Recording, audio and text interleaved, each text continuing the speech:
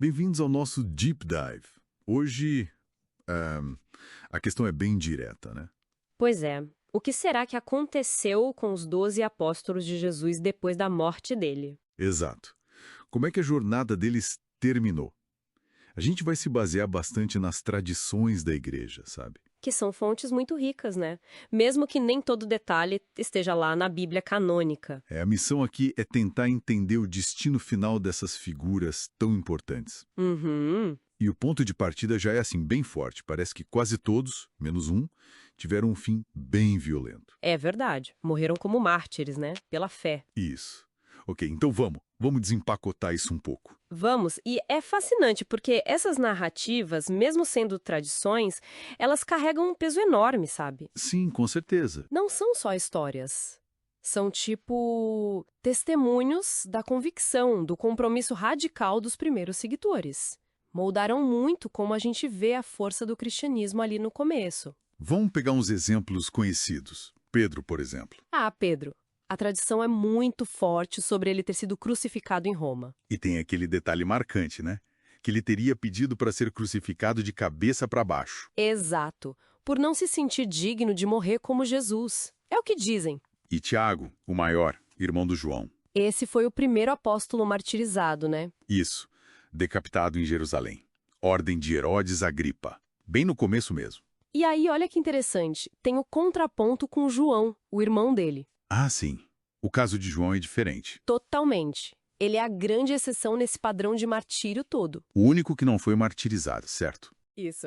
A tradição diz que ele morreu de causas naturais, bem velhinho já, lá em Éfeso. E deixou um legado escrito enorme, né? O Evangelho, as cartas, o Apocalipse. Exatamente. É muito notável essa singularidade no destino dele, né?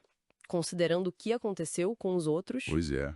E falando nos outros, as tradições descrevem fins bem brutais, em lugares muito diferentes. Sim, muito dispersos geograficamente. André, irmão de Pedro, por exemplo, dizem que foi crucificado na Grécia, numa cruz em forma de X. Uhum. Bartolomeu, que talvez seja um Natanael, a tradição fala que foi esfolado vivo e depois crucificado na Armênia. Nossa, esfolado vivo. É pesado. É uma lista de destinos terríveis. Mas, assim, mais do que só listar essas mortes horríveis, o que esse padrão de violência em tantos lugares diferentes diz pra gente? Acho que essa é a chave. Se a gente conecta esses pontos, né, vemos mais do que só as tragédias individuais. Certo. Essas mortes. Seja Tomé com lanças na Índia, Mateus com espada na Etiópia ou Pérsia, Simão Zelote talvez cerrado ao meio, Judas Tadeu espancado. É muita violência. Muita. E em locais tão distantes. Isso revela, para mim, duas coisas bem importantes. Primeiro, a velocidade e o alcance incríveis da expansão do cristianismo primitivo. Chegaram muito longe, muito rápido. Exato. E segundo, o risco altíssimo e a perseguição implacável que esses pioneiros enfrentaram. A mensagem se espalhou, sim, mas, olha, o preço foi a vida deles, muitas vezes. É impressionante pensar nesse custo humano, né? Pessoa por pessoa, para levar essa mensagem adiante. E claro, tem uma figura que se destaca por um motivo bem diferente. Judas Iscariotes. Sim. O fim dele é outra história, bem distinto dos mártires. Os relatos na Bíblia variam um pouco, né?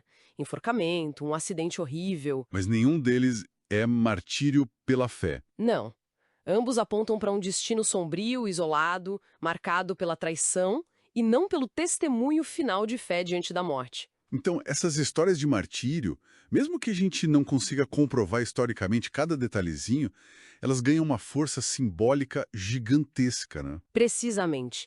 Elas funcionam como emblema, sabe? Símbolos dessa dedicação total. Da disposição de ir até o fim. Exato.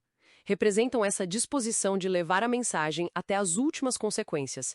Mesmo enfrentando o poder, a perseguição extrema, essa resiliência toda é parte central do legado dos apóstolos. Então, o que tudo isso significa no final das contas? A mensagem que fica é que, olha, a grande maioria desses homens não teve um fim tranquilo, não. De jeito nenhum. Enfrentaram mortes violentas em cantos diferentes do mundo E isso acabou virando um testemunho poderoso da força das convicções deles. E a relevância disso hoje, eu acho, está em entender como essa memória do martírio, que foi nutrida muito por essas tradições, solidificou a imagem dos apóstolos como pilares da fé. Uhum. Mostra a resiliência de uma crença que nasceu sob uma pressão imensa. O legado deles está tanto no que eles pregaram quanto na disposição de morrer por isso. É muito forte. Isso deixa a gente com uma pergunta para pensar, né? Considerando que foram essas narrativas, essas tradições muitas vezes passadas de boca em boca, antes de serem escritas, que cimentaram tão fundo a imagem do sacrifício dos apóstolos ao longo dos séculos, talvez até mais do que os textos canônicos para certos detalhes, Sim, interessante esse ponto. o que isso revela sobre o poder fundamental da história contada, da narrativa mesmo, na fundação, na coesão e na perpetuação de movimentos de fé e de grandes ideias através do tempo. Fica aí a reflexão.